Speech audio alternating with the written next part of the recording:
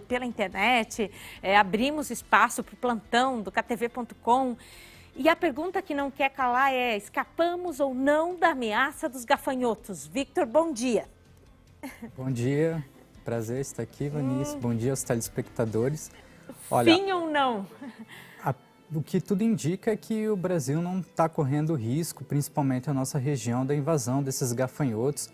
Eles seguiram agora com essa frente fria em direção ao Uruguai e desde ontem não tem tido uma movimentação tão grande da nuvem de gafanhotos. Então, estamos a salvo dessa vez. Qual é a tua formação? Eu sou biólogo formado na UniOeste, aqui de Cascavel. Eu fiz mestrado em conservação e manejo de recursos naturais também aqui na UniOeste e hoje estou fazendo doutorado em ecologia e conservação da biodiversidade na Universidade Federal do Mato Grosso. Qual experiência você já teve até hoje com esse tipo de gafanhoto? Então, eu venho trabalhando com gafanhotos desde o início da minha graduação e também no mestrado. Na graduação eu trabalhei com efeitos ambientais sobre a fisiologia de uma espécie de gafanhoto e no mestrado eu trabalhei comparando a diversidade de espécies em diferentes locais aqui na região, aqui no Parque Nacional do Iguaçu. Com essa espécie em específico, eu não cheguei a trabalhar, apesar de já ter encontrado ela em campo, mas não cheguei a trabalhar porque ela não é tão abundante assim aqui na nossa região quanto é na Argentina e no Paraguai, onde surgiu os surtos. Você já se deparou com uma nuvem como essa? Porque não. A gente começa sempre a história rindo, levando na brincadeira, mas é seríssimo. É um problema sério, mas não me deparei. Inclusive aqui no Brasil, poucos registros que se tem historicamente sobre nuvens tão grandes. Dessa, basicamente, ocorre no Paraguai e na Argentina os registros que se tem dessa nuvem maior de gafanhotos. Eles andam sempre juntos dessa maneira ou não? Montam um esquema ali, convocam a galera e aí saem eventualmente? Essa espécie específica que apresenta esse comportamento chamado de gregário, sim. Quando ela entra nessa fase que a gente chama de uma fase gregária, eles costumam realmente ficar juntos. Então a gente pode estar vendo ali na imagem as duas fases dessa espécie que se chama Schistoscerca cancellata, que essa espécie está causando os danos na Argentina. Então ela tem uma fase que se chama a fase solitária, que ela vive realmente solitária, não em grupos, mas quando ela passa a viver nessa fase gregária, ela muda com o seu comportamento. É o mesmo inseto ali? É o mesmo, ele muda a morfologia, a cor dele muda, ele muda o comportamento, ele acaba realmente se juntando em um grande grupo para tanto se reproduzir e se proteger de predadores. Olha, sem GPS vão para onde? Guiados pelo quê? Geralmente, como é uma nuvem grande de gafanhotos, eles acabam se alimentando de toda a vegetação nesse local e eles vão em busca de locais com alimento. Então, e com condições climáticas adequadas. Então, isso vai guiando o rumo da nuvem, né? É uma destruição em massa de lavouras de que tipo de produção? Olha, essa espécie em específico tem atacado praticamente todo tipo de cultivo. Ela tem um hábito alimentar muito amplo, então, tanto milho, soja, mandioca. Então, está comendo basicamente tudo que é de cultura que está aparecendo pela frente. Como que é feito o levantamento de quantidade de insetos por nuvem? É uma estimativa, bem uma aproximação assim, geralmente contado por uma unidade de espaço, quantos indivíduos tem e multiplicado pelo tamanho da nuvem para ter uma noção de qual é o tamanho da nuvem, qual é o tamanho do problema que se está enfrentando. Mas é uma aproximação que pode ter variação com a realidade, obviamente. Qual é o risco de invadir o centro de uma cidade, por exemplo? É bem baixo, porque eles, como geralmente, vão procurar áreas com lavouras para poder se alimentar. Então, como nas cidades não vai ter tanto disponibilidade desse alimento, eles acabam não passando pelo centro das cidades. Eventualmente, podem passar, mas não é não há um perigo, assim, podemos ficar tranquilos.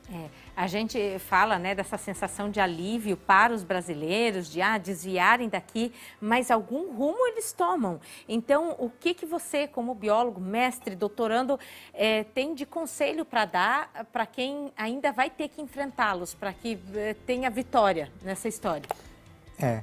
A primeira coisa é torcer para que o clima continue como está nesses últimos dias, frio, que a nuvem acaba não se movimentando quando está muito frio, então não vai ter mais danos e principalmente coletar o máximo de informações que se tem possíveis sobre esse fenômeno, já que ele ocorre em intervalos muito grandes de tempo na história, então coletar o máximo de informações que se tem para que na próxima vez a gente saiba melhor como lidar com esse fenômeno. Comestíveis? Olha, esses eu creio que não. Eles acabam se alimentando... A gente vê imagens na internet como essa, né, chocantes, do preparo no tacho lá, dos gafanhotos.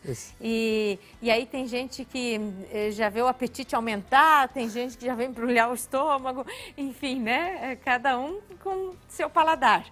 No final das contas, pode ser culturalmente natural em algumas partes do mundo. Pra gente aqui, não, sem cogitação.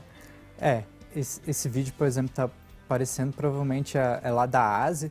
Então lá é comum a alimentação com alguns gafanhotos, mas essa espécie em específico aqui que está causando os danos, eu creio que ela não seja tenha um paladar muito bom, porque ela acaba se alimentando de muitas plantas, inclusive de plantas tóxicas. Então eu creio que ele não seja recomendado para essa alimentação.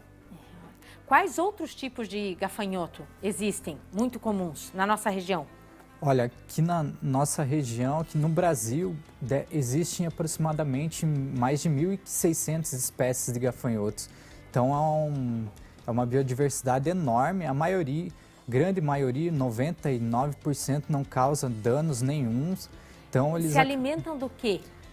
Principalmente de plantas, gramíneas.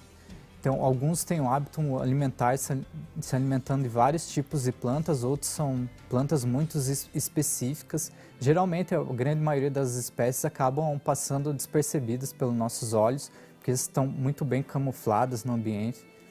A gente viu notícias de que os chineses estavam convocando pelotões, né, de patos para devorá-los. Quais são os predadores dos gafanhotos? Eu vi essa notícia, infelizmente não consegui achar se teve um bom resultado ou não. Não era fake news, né? Não. Porque até é quase inacreditável, você olha lá e fala, apesar real. De cômico, parece não ser fake news, mas eu não achei quais foram os resultados.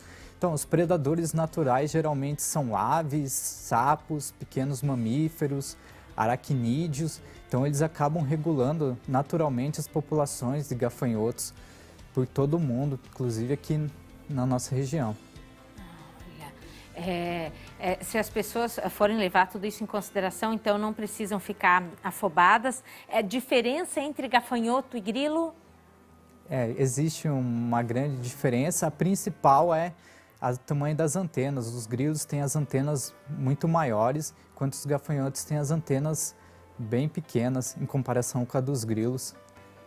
Por que nós dependemos deles também pelo meio ambiente, pensando num conceito geral da natureza? Então, eles são o que a gente chama de consumidores primários. Eles se alimentam de plantas e são a base da cadeia alimentar para esses vários predadores que eu citei, aves, mamíferos, anfíbios, aracnídeos, sustentando toda uma cadeia do ecossistema. Então, sem esses animais, pode ter um desequilíbrio muito grande no ecossistema, inclusive com surto de populações de algumas espécies, causando danos. A gente viu o Ministério da Agricultura cogitando o uso de agrotóxicos. Funciona? Daria resultado?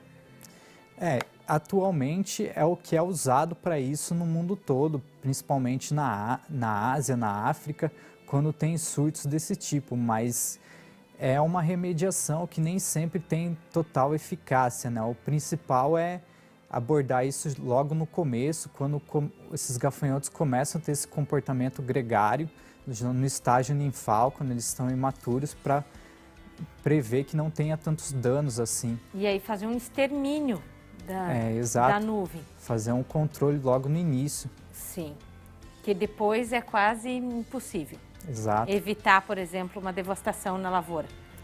Depois, como eles são muitos e se deslocam muito rápido, é muito difícil fazer esse controle. Algum registro de ataque a pessoas? Não, isso não ocorre, eles só se alimentam mesmo de plantas. A pessoa pode ficar tranquilo com isso. Porque a pessoa olha e fala assim, não é uma nuvem, parece um enxame de abelha, a abelha ataca. Então, não precisa não dormir por causa disso. Né? Muito obrigada, Victor. Obrigado, é um prazer estar aqui esclarecendo esse tema, bem curioso. Cheio ali de, peripécias, as pessoas ficam, nossa, agora fazendo memes e tudo mais, piadinhas, mas é claro que se de fato estivesse vindo para o nosso lado, a gente ia passar, adotar outra postura em relação a esse tipo de notícia também, Que Deus abençoe a todos, porque a gente não quer mais tragédias, o mundo todo já está muito sensibilizado com o que a gente tem visto por aí. Então, a gente fala de tragédias, não é de morte nesse caso, mas quando você vê uma plantação toda que você, cultivou com tanta dedicação, amor sendo destruída completamente em alguns minutos, imagine como fica uma família toda que depende disso e a gente sabe dos impactos também do campo na economia da cidade. Então, de qualquer maneira, a gente torce pela felicidade de todos também nesse sentido, com equilíbrio. Equilíbrio também no clima, que a gente tem que levar em consideração, são efeitos